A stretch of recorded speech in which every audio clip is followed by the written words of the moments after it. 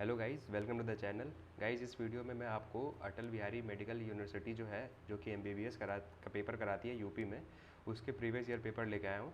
तो जैसे 21 बैच में ये यूनिवर्सिटी है जो अपना पेपर कराना स्टार्ट की थी, तो 21 बैच का मेन पेपर है और सप्ली पेपर है। वैसे 22 बैच का मेन पेपर और सप्ली पेपर है, ठीक है। तो मैं आपको रिकमेंड करूँगा कि आप इन पेपर को देखो। इनमें से जो टॉपिक्स पूछे गए हैं पहले एग्ज़ाम्स में, उनको तो एग्ज़ाम्स में बिल्कुल करके जाना है, वो बहुत ज़रूरी है, क्योंकि मोस्ट ऑफ द पेपर उन्हीं से आएगा, ठीक है। कम से कम तो 25-30 नंबर का उनसे ही आएगा आपका पेपर।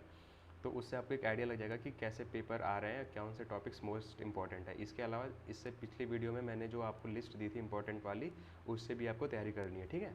अच्छा, इस 21 और 22 का जो पेपर है, उसके अलावा भी एक paper Atal Bihari medical university जो है उसके साइट पे दे रखा है, तो उसको भी मैं रिकमेंड करूँगा कि आप उसको भी देख करके जाओ। जैसे देखो, आप यूनिवर्सिटी की वेबसाइट पे आओगे तो आपको यहाँ पे ऊपर की तरफ कोर्सेज एंड सिलेबस मिलेगा, ठीक है। इस कोर्सेज एंड सिलेबस में आपको मिलेगा मेडिकल कोर्सेज। मेडिकल कोर्सेज में जाओगे तो देखो, यहाँ पे आपका सैम्पल पेपर दे रखा है पीडीएफ के फॉर्मेट में। जैसे एनाटमी का पेपर 1 अभी हम खोलते हैं, तो एनाटमी का जब पेपर 1 खोलोगे आप, तो एक पीडीएफ निकल के आएगी। अब इसमें देखो, क्वेश्चन 1 क्लिनिकल वाला है, ठीक है। क्वेश्चन 2 ब्रीफली लिखना है और क्वेश्चन 3 एमसीक्यूज़ हैं। तो यहाँ से आपको क्वेश्चंस के आइडिया लग जाएगा, ठीक है। तो अब यही सेम जो सैम्पल पेपर है, इसको मैंने एक अलग पीडीएफ में कंबाइन कर दिया है 21 बैच वाले के साथ। तो देखो, वो पीडीएफ ये है।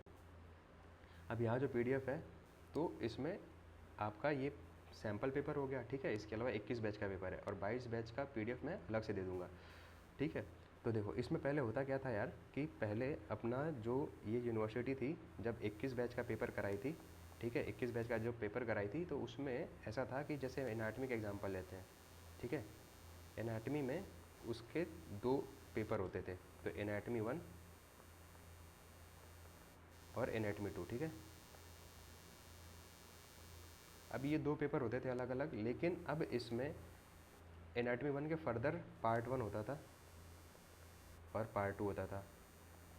सेम एनाटमी 2 का भी था, इसमें भी पार्ट 1 अलग होता था और पार्ट 2 अलग होता था, ठीक है।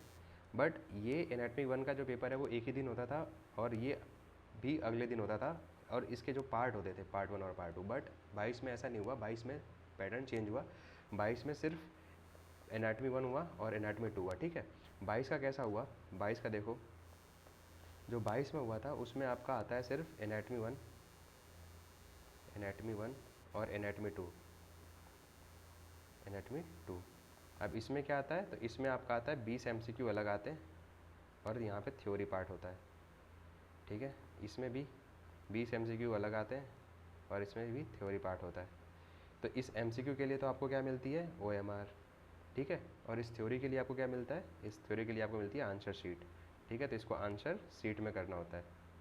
सेम चीज़ यहाँ भी अप्लाई होती है। यहाँ भी इस एमसीक्यू के लिए आपको ओएमआर मिलता है और इस थ्योरी के लिए आपको वही आंसर शीट मिलती है, ठीक है। तो जैसे देखो, ये पहला जो सैम्पल पेपर है अपना, इसमें देखो एनाटमी 1 है, इस एनाटमी का पेपर 1 का पार्ट 1, ठीक है, पेपर 1 का पार्ट 1, कन्फ्यूज़ नहीं होना है। और वैसे ही एनाटमी 2 है, इसका पेपर 1 का पार्ट 2, ठीक है। ऐसे चलता था। तो यार, मैं आपको ये रिकमेंड करूँगा कि आप इसमें से जो भी टॉपिक्स आ रखे हैं ना, जैसे सैम्पल पेपर में 21 बैच में और 22 बैच में, वो आपको बिल्कुल करके जाने हैं, क्योंकि मेरा ये मानना है कि उसमें से 25 से 30 नंबर का तो आएगा ही आएगा, ठीक है। तो आप वहाँ से भी पास हो सकते हो। अगर आपको सिर्फ पास होना है तो यहाँ के जो टॉपिक्स हैं उनको अच्छे से करना ही है। इसके अलावा जो मैंने पिछले वीडियो में आपको इंपॉर्टेंट टॉपिक की लिस्ट दी थी, उससे तैयारी करनी है, ठीक है।